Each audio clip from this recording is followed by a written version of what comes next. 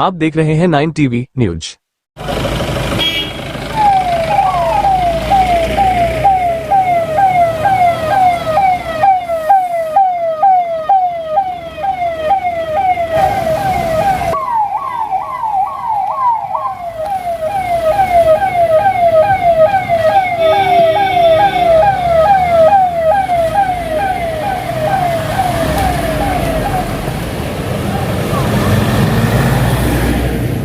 ज़्यादातर बच्चे ये बताते हैं कि उनसे पूछिए कि क्या बनना चाहते हो, तो उनका एक लक्ष्य नहीं है। कहते हैं शिक्षा के बाद बताएं, जब आगे बताएं। तो हम लोग राष्ट्रीय स्वयंसेवक सेना के माध्यम से जो 12 साल से 20 साल के बीच के बच्चे हैं, इनको हम लोग राष्ट्रीय स्वयंसेवक सेना में भर्ती करके हर गांव में एक कमांडर और 6 सैनिक,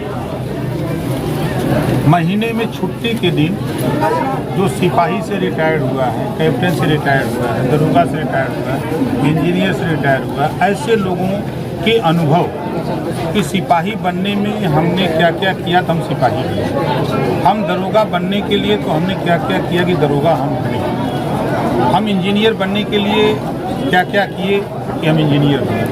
ये अनुभव इन बच्चों को जो राष्ट्रीय स्वयंसेवक सेना में भर्ती हो रहे हैं, रिटायर्ड लोगों के माध्यम से महीने में 1 दिन 2 दिन छुट्टी के दिन हम इनको अनुभव शेयर कराना चाहते हैं। एक चीज़ नेताजी, और बिहार में नवंबर के पहले सप्ताह के आसपास चुनाव होने की संभावना है। आप भी लगातार जनसंपर्क कर रहे हैं, रैलियाँ कर रहे हैं। अखिलेश यादव का एक बयान आया, चूँकि आप ग्लोबल लीडर बन रहे हैं, इस वजह से ये सवाल।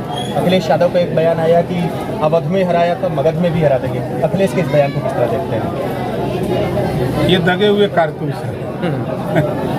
14 हारे, 17 हारे, 19 हारे, 22 हारे, 24 हारे, ये हार का श्रृंखला बना चुके हैं।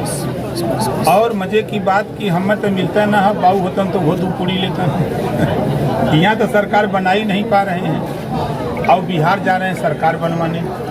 वो अपने बयानों से खुद जनता के बीच में घिर गए। जैसे आपने देखा कि उत्तराखंड में चुनाव था, बाई इलेक्शन, तो वहाँ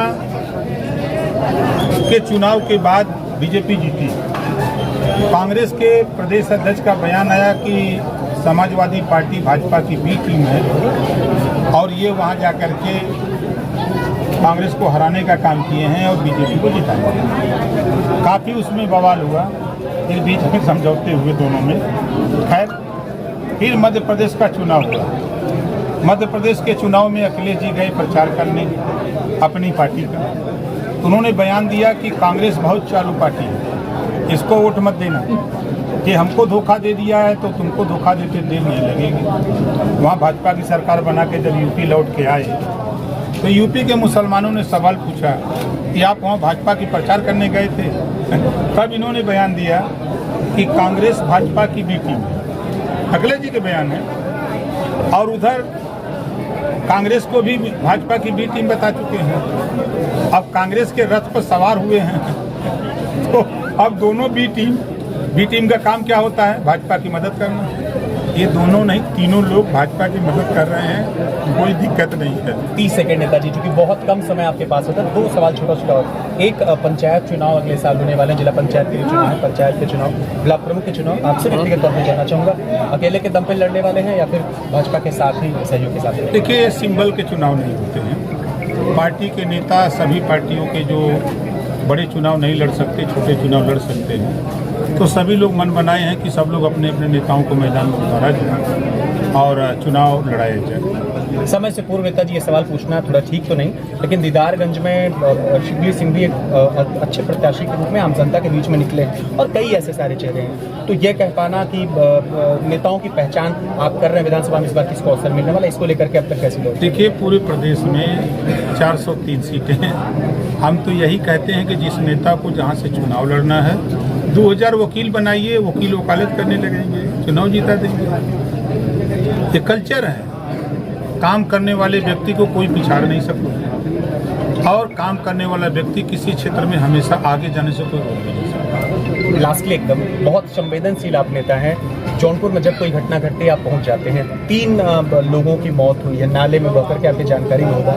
समीर मारा गया, प्राची मिश्रा मारी गई, यहीं से 20 किलोमीटर की दूरी है। क्या उम्मीद मान करके चला जाए कि नेताजी अगले 1-2 दिन में उस परिवार से मिलने वाले हैं? अगले हफ्ते में हम लोग जाने की तैयारी में हैं, क्योंकि अभी सीएम के यहाँ से फ़ोन आया था, नहीं तो हम लोग इस प्लानिंग में थे। तो अभी तो फिलहाल हम यहाँ से लखनऊ जाएंगे और कल हम गोरखपुर कार्यक्रम है वहाँ, परसों कैबिनेट है, उसके बाद तो ओम प्रकाश राजन के साथ